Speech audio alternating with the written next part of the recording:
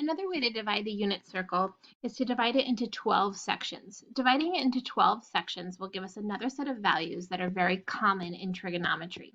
Your 45-degree angles are very common, and then if we divide it into 12 sections, we get multiples of 30 degrees, which are also very common. So I'm going to do the same process that I did with the 45s. I'm going to start here at 0 degrees. This is the initial position. And I'm going to rotate another ray around the circle. Now we already know that if we rotate it a quarter of the way around the circle, it's 90 degrees. Over here, halfway around the circle is 80 degrees. This is 270 degrees. And then if I go all the way around the circle, that's going to get me back here, and that's going to be 360. But this time, instead of adding, like I mentioned, 45 degrees, think about this 90-degree section here. If you look at it this way, you've cut it into thirds, and 90 degrees cut into thirds is 30 degrees. That's the number I'm going to add as I work around the circle this time.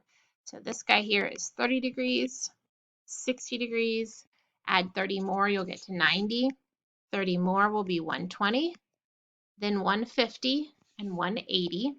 Adding 30 every time, you get to 210 here, 240, 270, 300, and then 330 degrees. So each of those 30-degree increments, if there's 12 of them, you get all the way around and you're back at 360. Okay, those are the degree measures, but we also know that there's another way to measure angles, and that's in radians. So one thing you can always keep in mind is if you have a degree measure, to convert it to radians, you multiply by the conversion factor of pi over 180 degrees. Remember, halfway around the circle is considered pi. All the way around the circle is considered 2 pi. So that's the conversion factor that we're using. Okay, so if I multiply 30 degrees by 180, what I'm going to get is pi over 6. That should make sense because if you look at pi, which is half of a circle, I've cut it into 1, 2, 3, 4, 5, 6 sections. So pi over 6 is a sixth pi. All right, so I put pi over 6 here. And then what I'm going to do is I'm going to continue counting my fractions all the way around, and I'll be going by 1/6 or pi over 6. So this is 1/6.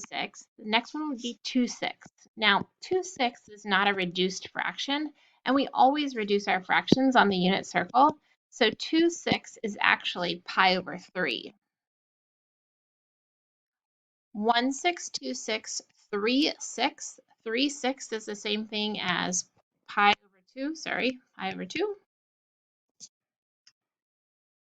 1/6, 2/6, 3/6, 4/6. Again, 4/6. I need to reduce it to 2 pi over 3. 4/6, 5/6. 6/6 is an entire pi, right? 6 pi over 6 just reduces to pi, which makes sense. All right, we keep going. This was 6/6. 7/6. 8/6 is 4 pi over 3. 9/6 is 3 pi over 2. 10/6 is 5 pi over 3. 11/6 I cannot reduce. And then 12/6, we already have it on there, but you can see reduces to 2 pi. So every time I'm writing a number down, I'm going by a sixth, but it might be a reduced fraction that I write down.